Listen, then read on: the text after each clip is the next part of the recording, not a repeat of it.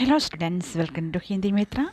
ഇന്നത്തെ ക്ലാസ്സിൽ 7th സ്റ്റാൻഡേർഡിലെ ഹിന്ദി പാഠപുസ്തകത്തിലെ 3ാമത്തെ ചാപ്റ്ററായ ഗാന്ധിജിക്ക് നമ്മ കഥ എന്ന ചാപ്റ്ററിലെ റിവിഷൻ ക്വസ്റ്റ്യൻ ആൻസേഴ്സാണ്.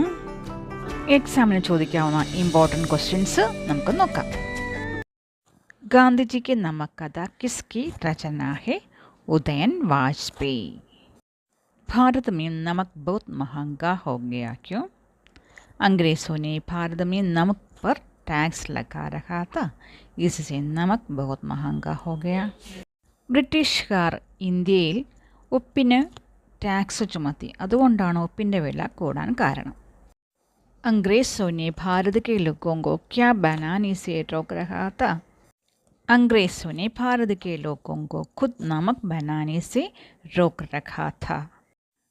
ബ്രിട്ടീഷുകാർ ഇന്ത്യക്കാരെ സ്വയം ഉപ്പുണ്ടാക്കുന്നത് തടഞ്ഞു.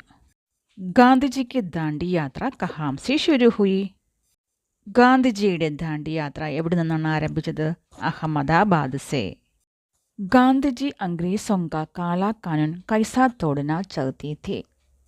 गांधी दांडी समुद्र के पानी से खुद नमक बनाकर अंग्रेजों का काला कानून तोड़ना चाहते थे. ഗാന്ധിജി ദാണ്ഡി സമുദ്രതീരത്തിലെ വെള്ളമെടുത്ത് അതിൽ നിന്നും ഉപ്പുണ്ടാക്കി ബ്രിട്ടീഷുകാരുടെ ഉപ്പ് നിയമം ലംഘിക്കാനാണ് ആഗ്രഹിച്ചത്. ഗാന്ധിജിക്ക് ദാണ്ഡി യാത്രാമേയും ഉൻകെ സാത്ത് കോൻ കോൻ ആയേ ഥേ? ഗാന്ധിജിയുടെ ദാണ്ഡി യാത്രയിൽ അദ്ദേഹത്തോടൊപ്പം ആരൊക്കെ ഉണ്ടായിരുന്നു?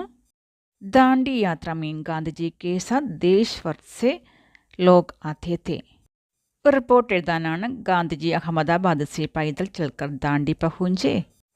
खुद नमक बनाकर अंग्रेज़ों का कानून तोड़ा. इस घटना पर समाचार പത്രികയിൽ एक റിപ്പോർട്ട് തയ്യാർ करे. ന്യൂസ് പേപ്പറിൽ ഒരു റിപ്പോർട്ട് തയ്യാറാക്കാനാണ്. റിപ്പോർട്ട്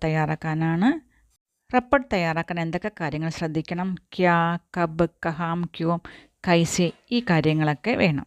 ക്യാ എന്ന് വെച്ചാൽ എന്താണ് സംഭവം എന്ന് പറയണം. കബ് എന്ന് വെച്ചാൽ എപ്പോൾ, ഈ സംഭവം എപ്പോൾ നടന്നതെന്ന് പറയണം. കഹാം, എവിടെ നടന്നതെന്ന് പറയണം. ക്യോം, എന്തുകൊണ്ടാണ് നടന്നതെന്ന് പറയണം. കൈസെ, എങ്ങനെ നടന്നെന്ന് പറയണം. ഇതെല്ലാം ഉൾപ്പെടുത്തിക്കൊണ്ടാണ് ഒരു റിപ്പോർട്ട് തയ്യാറാക്കേണ്ടത്. റിപ്പോർട്ടിന് ഒരു ടൈറ്റിൽ കൊടുക്കണം. ഈ ചാപ്റ്ററിൻ്റെ ടെക്സ്റ്റ് ബുക്ക് ആക്ടിവിറ്റീസിലെ എല്ലാ ക്വസ്റ്റ്യൻ ആൻസറും പ്ലേലിസ്റ്റിൽ കൊടുത്തിട്ടുണ്ട്. അത് നോക്കി എല്ലാവരും അത് മനസ്സിലാക്കണം. അടുത്ത ക്ലാസ്സുമായി ടീച്ചർ വീണ്ടും വരാം. Thank you.